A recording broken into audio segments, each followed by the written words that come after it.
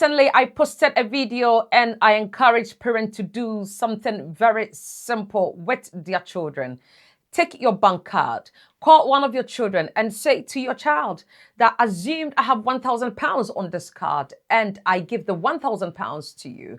What would you do? And I also encourage the parent to do nothing, just listen to the child. Do not correct the child. Don't interrupt the child. Allow the child to actually decide and determine what that child would do with your £1,000. And I think it's actually tweaked a little bit of a conversation under that video. Hence the reason why I'm doing this. Because a viewer actually made a comment, and personally, I love it when two adults are able to have a respectful conversation without one shouting, without one also trying to become like, oh, I mean, yeah, here I am. No, I'm the one saying this and I qualified it. No, but a harmless conversation. And we actually did this dialogue respectfully. And I could feel each other's perspective coming out. But in the end, you realize that it held on the same ground. On the same reason that video was actually recorded. We all went back there, which was a baseline. So I'm excited about this. I believe that this conversation actually needs more than just a mere commentary. Hence the reason why this video is up today.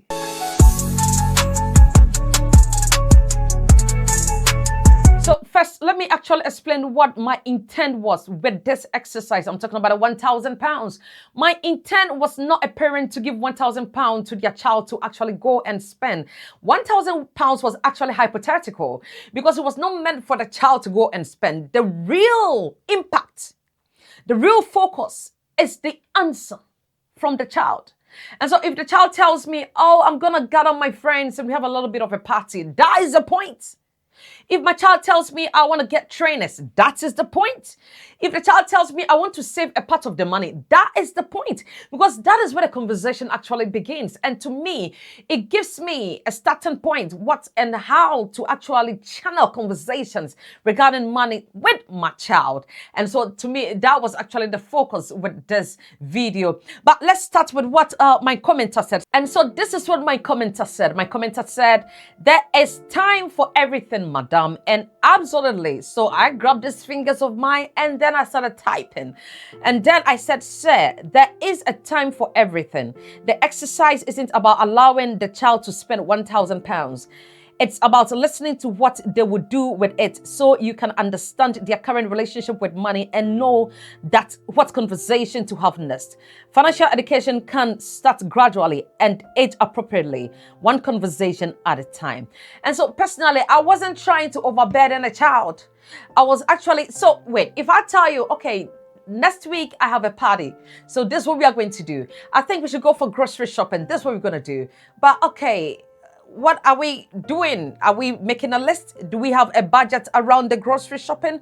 The party, what is it about? And that other thing I intend for us to acquire, what is the impact? Am I having that conversation with a child? That is where I was. And so to me, that question wasn't bad. It wasn't harmful to me. It was just to have a conversation surrounding the video that I actually made. And so I was actually excited. So my commenter came in again and then, hey, here we go. Now he said this to me. A time for everything means the child is a child, which is great, and cannot be bothered with the knowledge of money.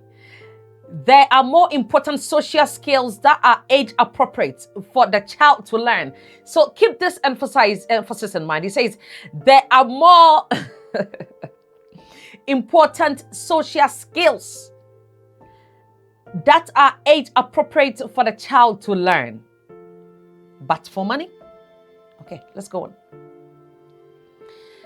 Then my commenter went on to say, when a child learns normal domestic discipline, that to me includes your habits.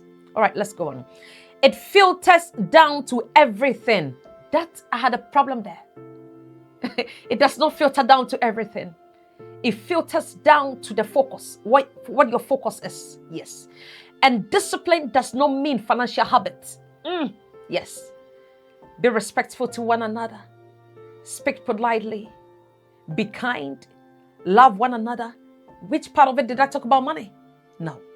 All right, let's go on. All right. So my commenter also says, so picking it back from where it filters down to everything else, including money. When the child comes to the age of understanding the concept of money. So over here, okay, there's more. So that is what I meant by that. There is time for everything. Let a child be a child. There is a lifetime to be an adult. There is a lifetime to be an adult. But today, I promise you, I have people who book me and they are all adults and they talk about financial literacy because they have none. Yeah. If you go to my stunt store, there is a one-on-one that you do with myself. And most of the times, they have no clue about finances. They don't even understand. All they know is they're educated, they go to work, they come back home, and that cycle repeats. You go to school, get qualification, get a job, you go to work, get married, get a property at most, and life goes on. We have kids, we educate them. The same cycle is repeated. But no, to me, that is not financial literacy. It's a baseline. And so I challenged that a little bit. And now let me read what I actually said. We will go deeper into this. So this is what I said. I said, I do understand your point, Wayne, but I am curious. Now I was curious because I wanted to know at what age. So I said, what age do you believe is appropriate to start teaching a child about money? Children are already exposed to spending, social media scams, and pressure to make money very young.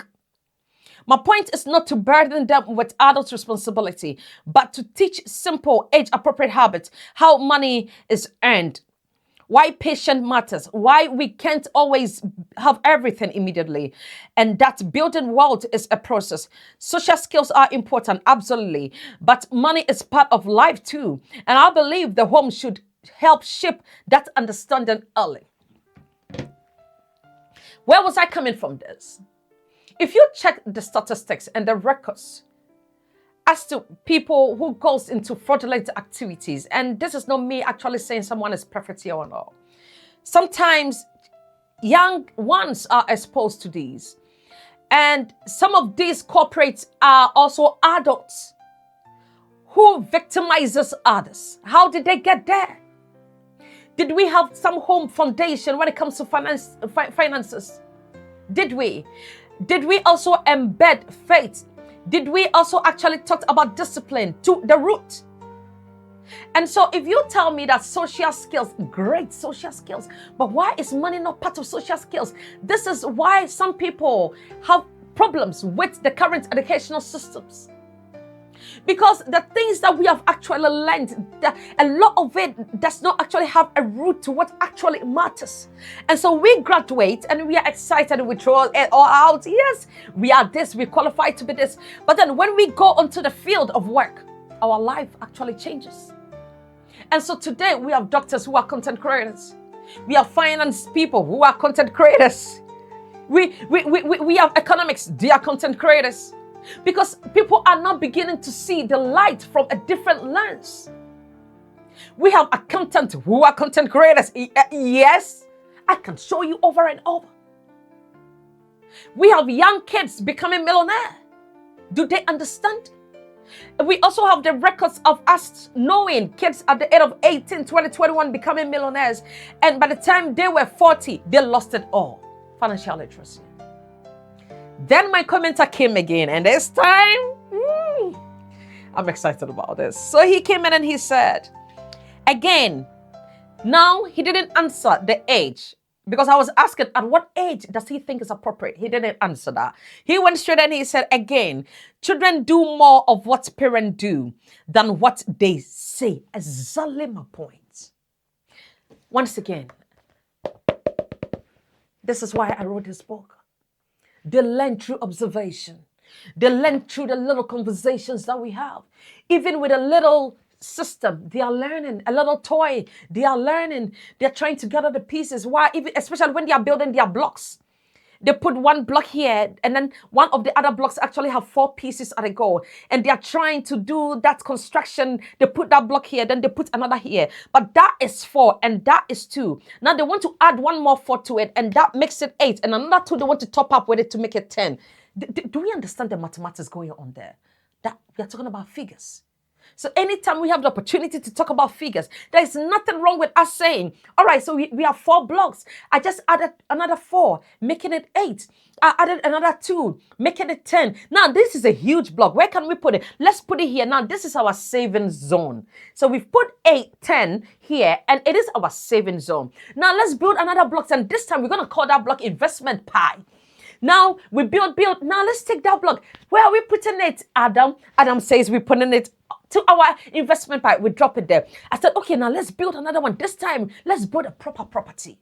A physical property. We need a proper asset. We build another one. Maybe that one we built to 20. Wow, this is beautiful. Now, this is our property. Do you think we can live in this? Yes, we can live in this. Okay, can we have Jasmine live in this? Yes, okay. But okay, how about, let's move it.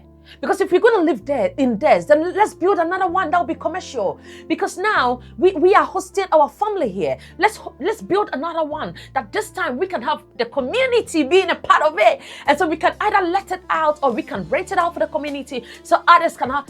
Do you understand what I'm doing with that child? Do you understand? And so I went back and then I'm talking too much in it. I said, exactly, blessings. And as I'm recording this video, I have seen that he's made a lengthy post underneath again. And eventually, even when I read this, I realized we got there in the end. Because if I read the final paragraph, it says, again, money is not the purpose of life. Money is a means to achieve the purpose of life. If a child does not know and understand, if a child does not know and understand the purpose of life and the priorities of life, they will, okay, they said they will use less money. I don't understand that, okay. Regardless, or maybe money will be useless to them regardless of what you tell them. Exactly, that is it. It's a baseline. It is the foundation. So far as the child can communicate, so far as we are doing our due diligence, the baseline.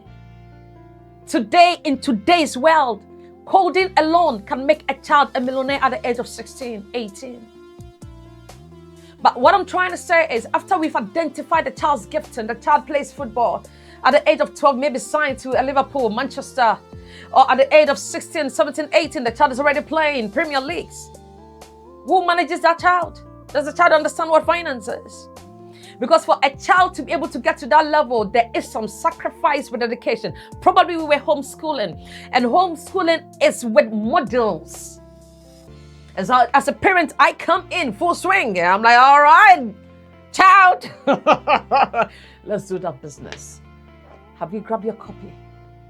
If you haven't, and if you're a parent, and if you are actually 18 or you are trying to build wealth, you want to understand how wealth is actually built, grab a copy of this book. Yeah, it's on Amazon, it's on TikTok Shop, it's on my Stan store. If you want a signed copy by Armis, go on Amazon. If you want a signed copy, go to my Stan store and you get a signed copy from myself. We have the paperback, which is this type.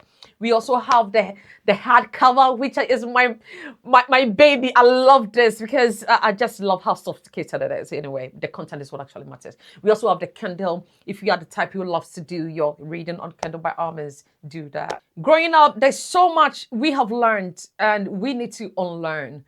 And we will take it one at a time, one conversation at a time. And together, I believe we can all change the narrative. A lot of people think doing well in life, it's for certain caliber of people, but it's wrong. It's because you didn't have that financial knowledge. You do not understand the classes or asset classes that we have. And so there is a bit of a struggle. You're wondering, do I go left or do I go right? But there can be something simplified and tailored to you.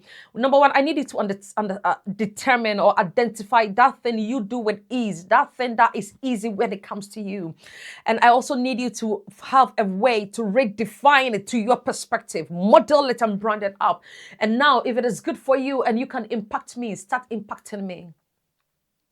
You see, if you have people in your little community come together, find specialties within or among you and come together, form a business, do something beyond the ordinary. Yes, earning is great. Qualifications are great, but to do exceeding exceptionally well, where you control time. and system does not control your time.